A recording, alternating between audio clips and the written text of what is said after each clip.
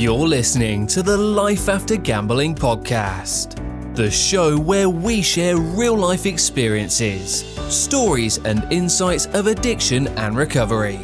Join us as we speak to those who have walked this path before, delving deep into the many different experiences of recovery.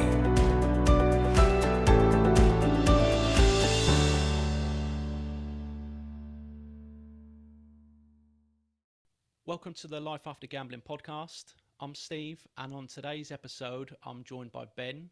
Ben, welcome to the show. Yeah, thank you, Steve. Thank you for having me.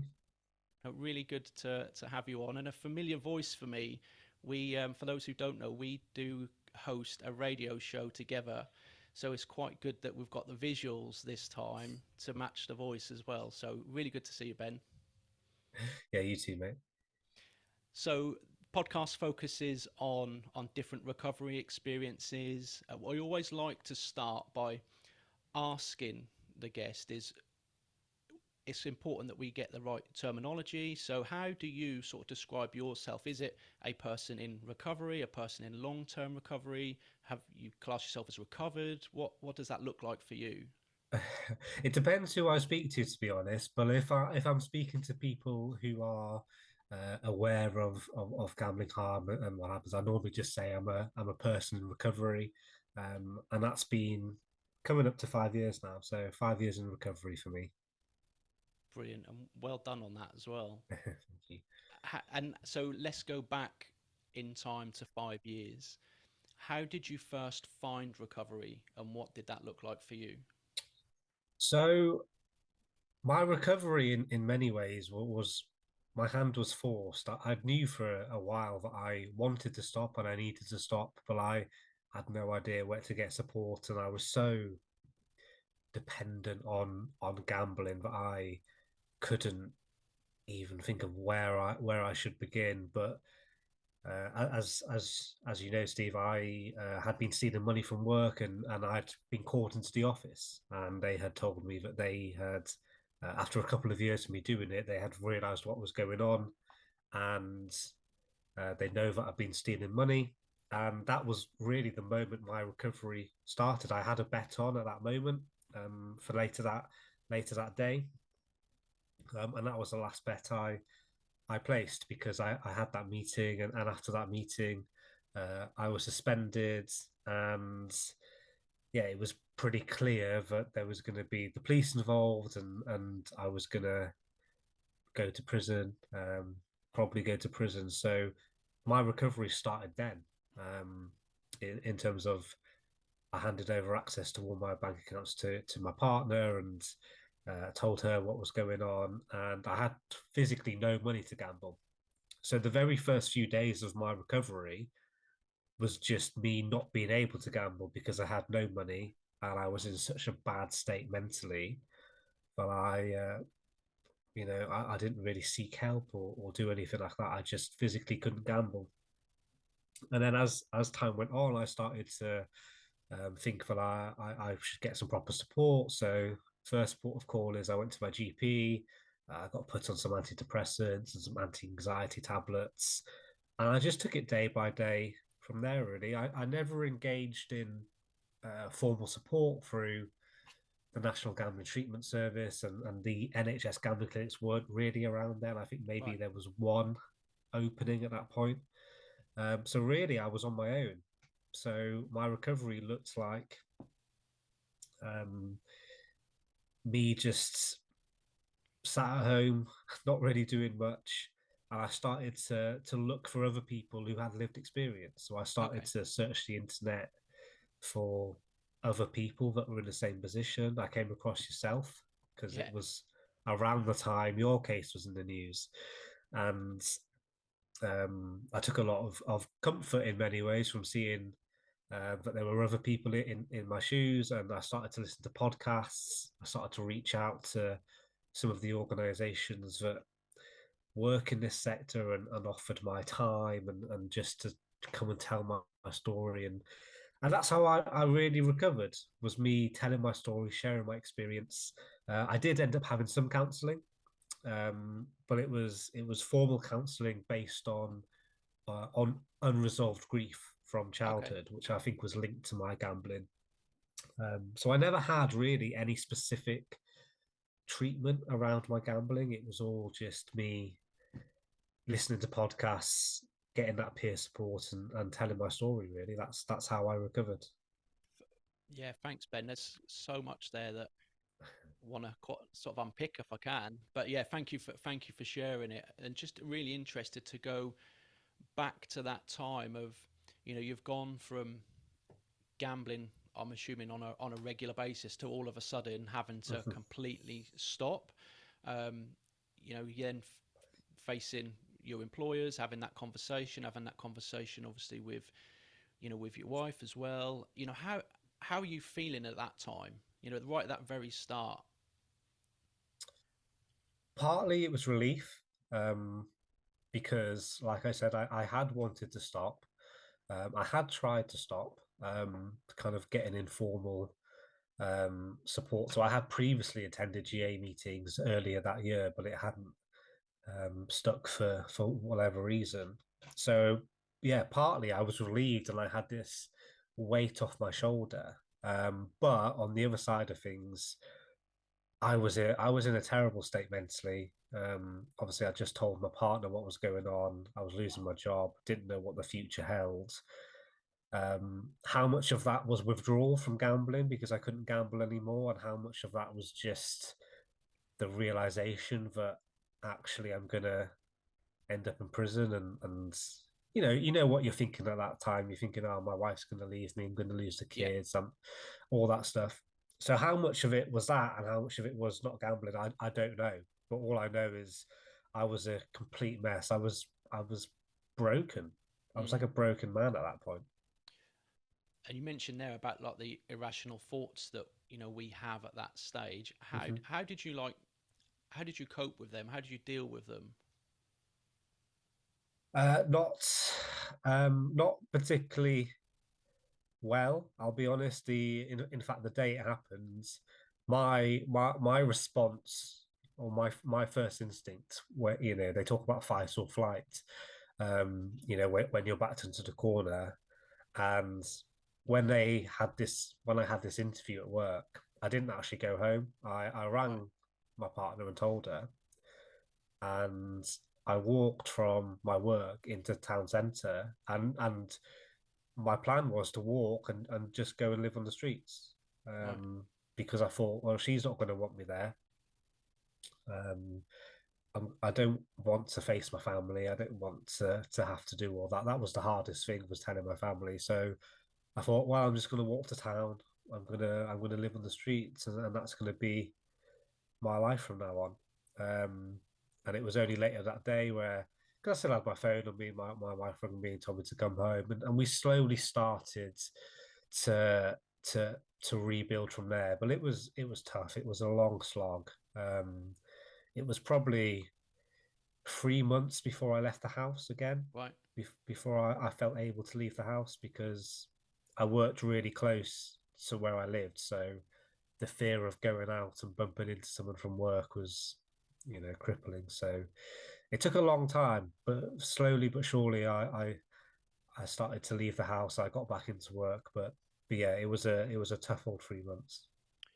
And you mentioned there about then going online and looking for similar stories, so Mm-hmm. individuals with lived experience to, maybe give you that little bit of hope. What was it that kind of flicked in that mindset to actually think, right, I'm going to go online and have a look now? I think part of it was that I was curious. Like, when I was stealing money from work, I had no idea even what crime I was committing, in terms of, was it theft, was it fraud. That wasn't a conscious thought of mine. And the other thing I didn't know was what type of sentence I was going to get. For all Right. I know, it could have been 20 years in prison. So I first started to do it, to try and just, I guess, feel out what my sort of punishment was going to be. So I specifically looked at people who had gambling addiction and had committed crime, and I didn't know how much money I'd stolen at this point, but looking through the people, I could see roughly, I'm looking at 3, 4 years, something like that. And then when I looked into that, that started to make me feel a bit better because, like I said, for all I knew, it could have been 20 years. So Yeah.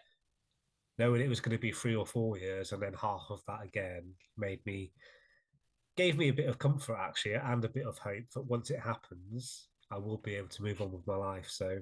Um, so that's what I started to do. And then what I actually found is that a lot of these people had gone on to do really good things, and they work in this industry, and they share their story, and they'd made a success out of that difficult period. So that's when I knew what I wanted to do.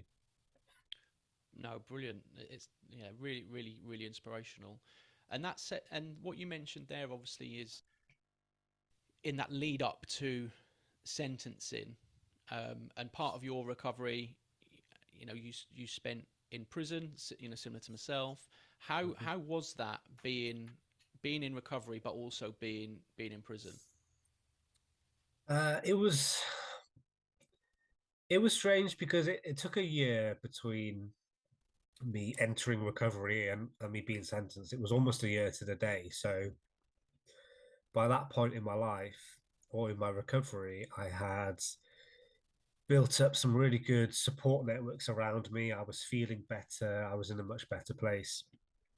So when I went into custody, obviously all that was removed from me, and I had the stress of worrying about my partner and the kids and whatnot. Um, and I also had the fact that I couldn't really access a whole lot of support in prison. So I did end up going to an AA meeting. Yeah, Um, so I went there for about 3 months to AA meetings, and I felt like an alien in that room a lot of the time because they were talking about obviously alcohol and drugs, and I was there talking about gambling, and in some ways it was a bit of a joke to some of them. Like the questions you get, like, oh, what was the biggest bet you ever placed? How much did you win? And I think it was hard for them to comprehend that yeah, I was gambling for the same reason that they were drinking, and the effects, the side effects in terms of not being able to sleep and focus and all that stuff is very similar. So that was a bit strange for me because there was no one really who understood gambling in the same way that I did. So it was very strange, but I made the most of it, and I did what I could. But yeah, the hardest thing about prison and recovery is, as you know, gambling is such a normal part of everyday life in prison. yeah, Alcohol and drugs, you're not supposed to be able to get in prison, although, again, it's not always a reality. But gambling is so readily accessible because you don't really need anything. You don't need to smuggle anything in. You're just betting what little you have. yeah, So that was always tough. That was always tough for me to adjust to, because a big part of the social circles in prison were based around gambling as well. So poker nights or betting on the horse racing and stuff. So yeah, it was a bit more difficult, especially at the start, to say no, I can't do that, and this is why. Eventually, they started to understand, and they stopped asking. But the first couple of months was, do you want to bet on this? Do you want to bet on this? And yeah, it was a very strange environment to be in recovery for sure. and how did you find that, but constantly being asked, like, as someone in recovery, being asked to keep placing a bet? Um, the thing for me is, it just, no one really understood it. Like I said, like no one understood. So I tried to explain it. Like, if I was, suffering with alcoholism, you wouldn't encourage that person to take a drink, and it's the same with me. Like, I've suffered with gambling disorder. The worst thing I can do in here is place a bet, and so I was frustrated at times that people weren't understanding that. But I think it's kind of just a reflection on how gambling addiction was seen in society at that time. It just wasn't known. People didn't understand it. So yeah, it was tough, but like I say, towards the end, later on, it did get a bit easier. People did start to understand, so it was nice to see that change. But are you also in a better place at that stage as well? Like how are you dealing with that like internally? Like are you able to like you said, you've explained the reason no, and then you keep getting asked and asked, and I Hmm. can imagine that obviously being extremely frustrating. Um, Yeah. but yeah, in terms of like that, is there any urges to gamble, or are you able to safely say, look, no? Yeah, I have to say, when I was in custody, there was no urges to gamble at all. That side of things was very easy for me. Like I had no intention on gambling, and partly, I think partly because I'd been in recovery a year, but also because when I used to gamble, it was with a fair bit of money, and betting a Mars bar just wasn't gonna do anything for me anyway. So no, yeah, there was no urges at all, actually, which is a real positive Yeah, because yeah, because I don't know how I would have coped with the constant pressure if I had have also been fighting back the urge to gamble. But that wasn't really a factor for me. yeah, and obviously the prison sentence does come to an end. Although at the time, once we're in there, we feel as though it's not going to happen. We do get there in the end and do get released. How did you then deal with that transition of being stuck in prison? And I believe your time was during COVID as well, so you were Uh, probably stuck in your cell a lot longer. Of then yeah. coming back into everyday life. Um, well, it was a strange new world because I think we were actually in lockdown as a country when I was released as well. So it was strange because going to the shops and having to queue outside and people wearing masks. So it was like there'd been like an apocalypse while I was gone. I felt like someone from The Walking Dead, where I wake up out of a coma and the world's just Yeah, completely different. So, but no, actually, I adjusted back into family life and to being out pretty well, I think. I got back into work pretty quickly. Um, yeah, I guess I was only in there 13 months, so not that much had changed on the outside. So yeah, I think I settled in quite quickly and adjusted relatively well. And yeah, and obviously I've got a great family around me as well, so that made that transition a bit easier. If I didn't have somewhere to go and I ended up in a shared accommodation or something like that, then it would have been different. But coming back home was really nice. yeah. I think we sometimes tend to maybe take for granted that that first level of basic needs, don't we? Like Mhm. shelter, food, water, then connection, all of that stuff. And Yeah. similar story to you in that respect of really grateful to come home to lovely family, home and stuff. And I think that really does help when we're talking about recovery, that you've got them basic needs being met.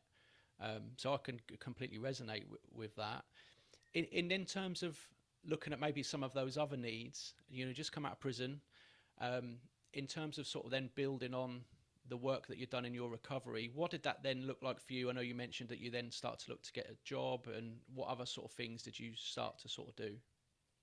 Yeah, so I like I said, because I never really had, although I did have bits of peer support in terms of online groups and a little bit of counselling, I didn't feel like I needed um, any additional support in my recovery at that time in terms of formal treatment or that. The big thing for me was getting back into employment, so I could provide for the family and just to get that routine and stuff. So I started looking for jobs pretty quickly, and that it was tough because there were job roles that I was getting rejected for, presumably, and of course they don't tell you, but presumably because of the record, because of the criminal record, because they're jobs that realistically my criminal record shouldn't make the slightest bit of difference Yeah, at all. So when I was getting knocked back for agency work and stuff like that, it was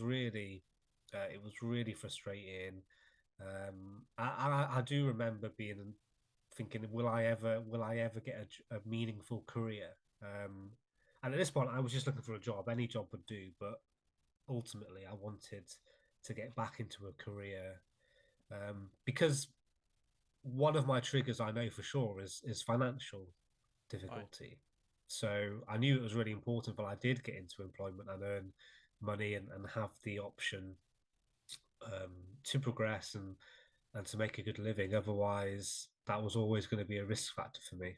And eventually, I say eventually, it was only about 3 months later I did actually land a job.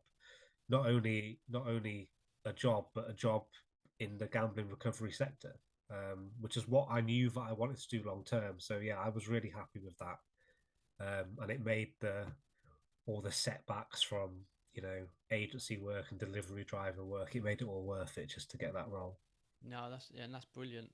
And you're still there today. That's right. Yep, still there.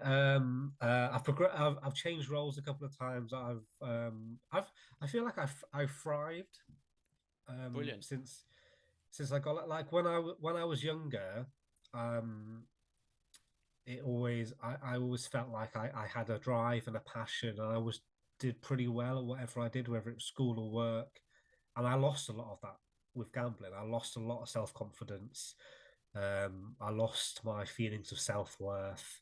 But going back to that job and progressing as I have done, it's really brought those things back, which is probably the most rewarding bit of my recovery. Actually, is having that self confidence again. That's amazing. I was then going to ask, is there any other factors? So obviously the job's had a huge impact in respect to that, but are there any other things that you've sort of embedded back into your life that really help and support, prove confidence, build self-esteem, that type of thing? Um, One thing I do get told quite often now, and it was from my dad's partner a few weeks ago, is that she is really enjoying getting to know me again Right. because those couple of years that I knew her beforehand, I was so antisocial. I wouldn't speak with anyone. I just wanted to be left alone the whole time.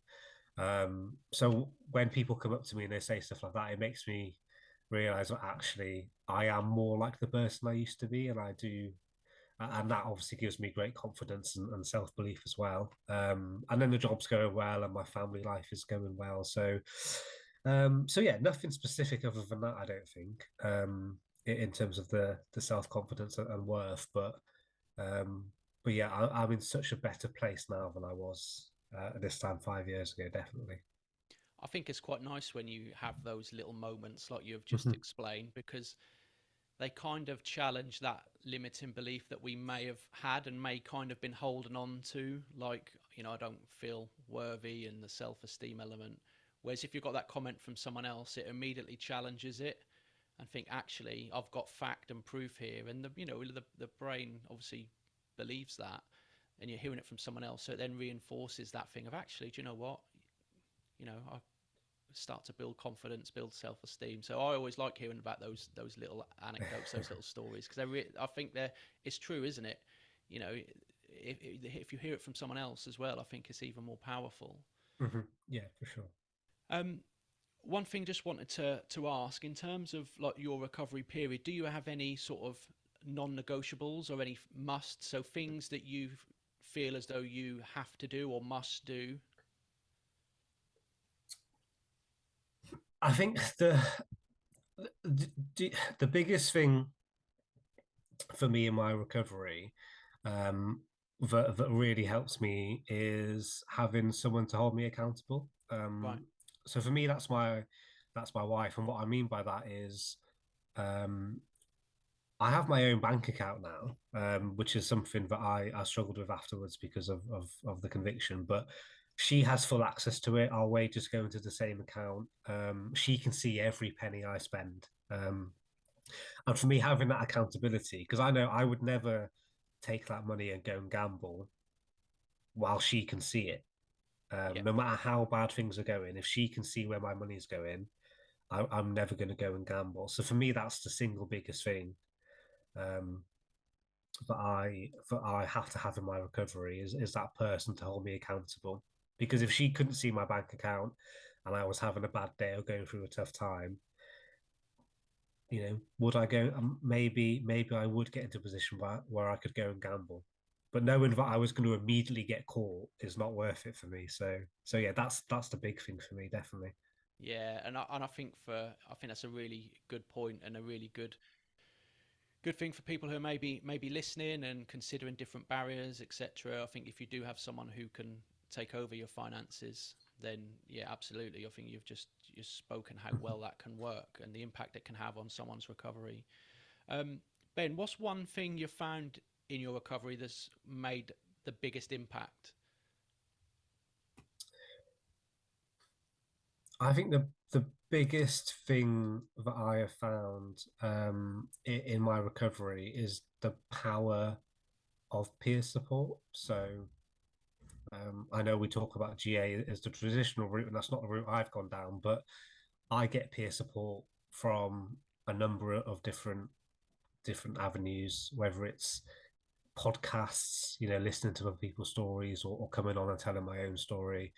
A lot of the people I work with have been through the same thing as me. So I think surrounding myself with people who have been through what I've been through and understand it is so powerful. I absolutely and you from the radio show that we do, I just love speaking to people with lived experience. I love hearing people's stories, and you can learn something from everyone. Everyone's recovery is slightly different, but we can probably all learn something from every person in recovery. So yeah, that's something that's really been impactful for me.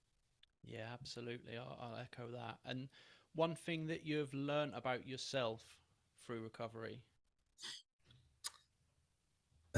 One thing that I've learned for myself. So yeah, the thing that I've learned about myself is um, that's a tricky question. To be fair, that is a tricky question to answer on the spot. I think um, the one thing that I've definitely have learned about myself is that I am more robust than I think, and I because um, we've gone through a lot of adversity in the last couple of years, and not just with the gambling, with other things that have gone on, but we keep bouncing back, and that resilience that I've embedded into myself now wasn't there before I entered recovery. But having gone through what I've been through, I've just got so much more resilience, and that's probably the thing that I've learned is that I can handle a lot and bounce back. And yeah, what a great thing to learn. And also as well, like on that, mate, is that again, it's great that you've learned it, but you've also contributed to that as well through all of the things that you've suggested. All of those needs that you've met, all of those additional things that you've put in place, Mm-hmm. all of the things that help you to then become resilient. So you have taken action at a point there as well. So just wanted to just say that I think that's really really good. Um, in terms of the next part, so thank you for sharing that with us. Really, really, yeah, inspirational as someone like you've just said, just listening to other individuals and their experience, similar to what you said, I get loads from it. So I just wanted to thank you. Yes, Um, right. the next the next part is slightly different in terms of we want it to bring a more human element to the show. So it's a little bit fun. It's to learn a little bit more about you. It's nothing too serious, like I said, this or that round. So I'm going to give you two options, sort of tea or Yeah. coffee, and you obviously tell me which one you'd prefer. So Okay. here we go. So pasta or pizza? Pizza. What topping? I like spicy, like jalapeno, spicy chicken, that sort of stuff. Don't mind the chicken, can't do the spice. Savory or sweet? Sweet. Summer or winter? Summer. Vacation or staycation? Vacation. Favorite place you've been? St. Lucia. Oh, sounds lovely. Sunrise or sunset? Sunset. Apple or Android? Apple. Apple. Have you gone back to try and use an Android since? Yeah, I don't know how to work it out. I'm too old, so stick with Apple now. Yeah, I know. Crazy. The next couple are a little bit deeper, but not too deep. So, Yeah. would you rather be known as a kind person or be known as a resourceful person? My first instinct is kind. We'll go with that. Yeah, cool. Yeah, Would you rather be better at writing or better at speaking? speaking. Well, you're already good at speaking. Look, you're hosting a radio show. Do you know what I mean? Oh, what you mean? What I could, if it's about improving writing, because especially my handwriting is terrible, as we found out in Is it? prison when no one could understand what I wrote to them. Yeah. So yeah, if I had to pick one to improve now, it would be writing for sure. That's quite interesting, isn't it? Because like for me, when you go back to that prison days of writing letters, I can't remember the last time before that where I'd actually physically wrote a letter out. I don't think I ever, since I left school, I don't think I've used a pen, and it used to take me about 3 days to write a letter because my hand would cramp up after a paragraph. So yeah, it wasn't. It was just getting better, I think, by the time I left, and now, if you gave me a pen, I wouldn't know what to do with it. And then finally, would you rather be on the front line or would you rather help in the background? Help in the background. Okay, thank you. That's the final question. So there's no more. That's as deep as it goes. So thank you for answering them. Like I said, just a bit of fun, just to learn a little bit more about you, Ben. And then finally, in terms of the episode, we've got one final question, and that is, what would you like to say to the younger version of Ben? It could be the younger version of in childhood, could be the younger version of Ben whilst gambling, could be even at different stages of your recovery. It's up to you. But what message would you like to say? To the younger me.